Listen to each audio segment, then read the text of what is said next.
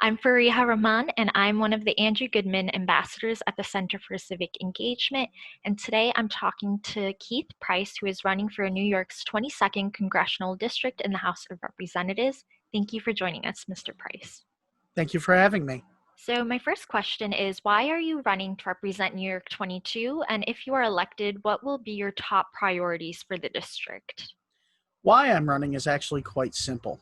This election ran 2 years ago, same two candidates, Republican and Democrat, and they scored around 42 to 43 versus 40. Meaning, if you look at the middle, plus those scores, well over half of the district was dissatisfied with their representative. Meaning, a lot of people don't feel like they're being represented in Washington. So the primary reason I ran was to represent those people in Washington, which piggybacks into your secondary question. My main focus in DC when elected will be to accurately represent the individuals of the district while keeping in mind all of the great things about our Constitution that give us the rights and freedoms and independences we enjoy, such as voting. Okay, thank you. My second question is, across the nation, communities are engaged in conversations and protests about racial justice, especially centered on policing. What actions would you take in Congress to address inequities in the criminal justice system? First and foremost, we need to protest. Never violently, never rioting, but we need to protest. It's a fundamental American view. But what I would do in Congress is I would call together all leadership, not politicians, police leadership, community organizers, individuals prominent in their communities. And I would ask them to form a coalition to help us guide training in the future. We can't fix our problem until we fix our training. We can't eliminate systemic racism and things like that without completely overhauling the system. And politicians like myself, we aren't the experts. We need to let the experts in policing and in the criminal justice system and individuals, minorities, we need to give them a voice in this coalition. Then when they come up with a plan, that is what we'll put forward to create one single voice. And that single voice will direct us and guide us forward. Okay, thank you. Our communities continue to face unprecedented challenges due to the COVID-19 pandemic. What actions will you take to protect the health and safety of our community while addressing the economic harm caused by the pandemic? COVID is an international incident, an international problem. But what we've done is we've created one-size-fits-all policies. Broome and Tioga County are an outstanding example. I live in Tioga, BU is in Broome. We are spiking right now. But the one-size-fits-all policies the governor has given us aren't working for some counties and for our counties. So what we need to do is we need to sort of reset. And instead of doing one-size-fits-all federal policies or one-size-fits-all state policies, we need to start looking at things at a community level. And we need to start addressing it at a community level. Instead of government dictating to local leaders what we need to do next, we need our local leaders to tell federal government, this is what we need. This is the support we need. This is how we're going to move forward. As for the economic question, logic, sound reasoning, and slow steps. We need to keep things in mind, such as social distancing and wearing our masks, and we need to close things when there are spikes, and we need to slowly reopen things. I feel like we're moving too fast. There's nothing wrong with going slow and evaluating things at each step.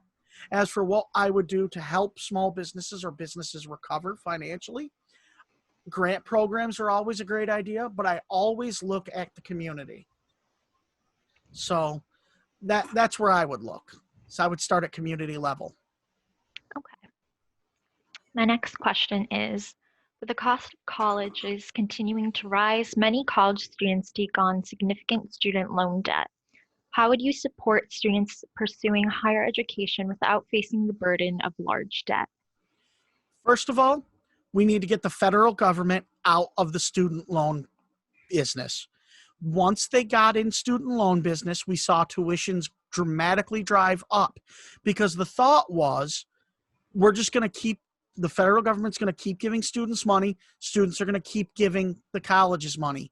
If we remove the federal government and we let folks pay what they can, that's going to force colleges to lower their tuitions because 0 students is not nearly as good as 100 students. So get the federal government out of the loan program. Offer students real life loans. And what I mean by real life loans are extremely low interest loans from an actual banking organization that knows how to run a bank. Whenever the federal government gets involved in like banking, they always tend to overreach or overstep. So let's get them out. Let's get the state governments out. Let's let students get specialized loans from actual institutions, and let's let capitalism work, and the prices of tuition will come down. Okay. My next question is, many young people today care deeply about various issues but are disillusioned by the political process due to polarization and feeling like the system doesn't represent them. How would you help young people feel like their voices are being heard? Well, simply put, I am 39 years old. I'm not even 40. I understand that grief. The reason I'm running is because I've experienced that polarization.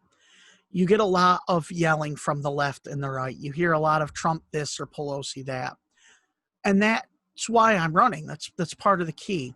I'm going to tell the younger voters who are disillusioned and disenfranchised with the system, whether you vote for me or not, first and foremost, vote. You must vote. But don't vote for the lesser of two evils, because voting for the lesser of two evils is still voting for evil. So find a party, whether it's the Libertarian Party or the Green Party. Find a cause that you believe in, something you stand for, and then get behind it. And once you're in that system, once you're supporting something, once you become a community supporter or community organizer, you can see this is where I belong. And then you can start seeing where the truths and the lies are, and you can start breaking those down. Eventually, you will find your voice. And once you find your voice and you have your beliefs, then you can say, this is what I stand for. And once you find what you stand for, you can make real progress and real change in our government.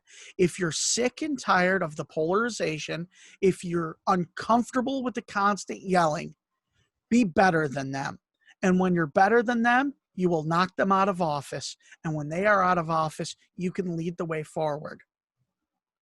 Okay. And that was my last question. Is there anything else you would like to share that you think would help students decide who to vote for?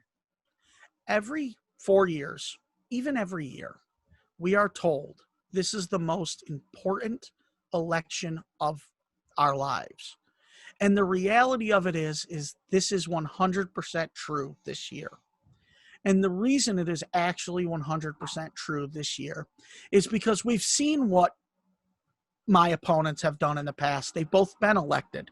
We know what Mr. Brindisi can do. We know what Ms. Tenney can do. And if you're the 52% or so who don't feel like you're represented in Washington, that's because you aren't represented in Washington. Students, senior citizens, farmers, they're all being pandered to, but they're not being actually represented. So a vote for me or a vote for anyone you feel consciously good voting for is a statement. There is no throwaway votes. Your vote counts. So I encourage people to go out. I encourage them to vote by mail if that makes you more comfortable, but vote. Not voting is so much worse than voting and quote unquote voting wrong. So vote for me, vote for the libertarian concepts, just vote. And remember, you lose your voice if you don't cast a vote, and I want every American to have a voice. Okay, thank you. So thank you for joining us again, Mr. Price. And for everyone watching at home, make sure you vote on November 3rd. And if you have any questions, make sure to drop by the CCE NUU 137.